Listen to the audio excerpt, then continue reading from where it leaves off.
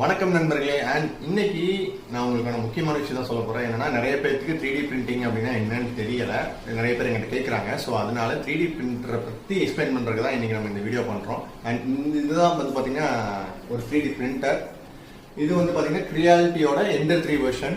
இதுதான் வந்து இருக்கிறதுலே பேசிக்கான மாடல். அப்படின்னா இதுதான் வந்து பேசிக்கான 3D பிரிண்டர். இதுதான். இதுவே கிட்டத்தட்ட பார்த்தீங்கன்னா ஒரு 20,000 to 18 to 20,000 வருது.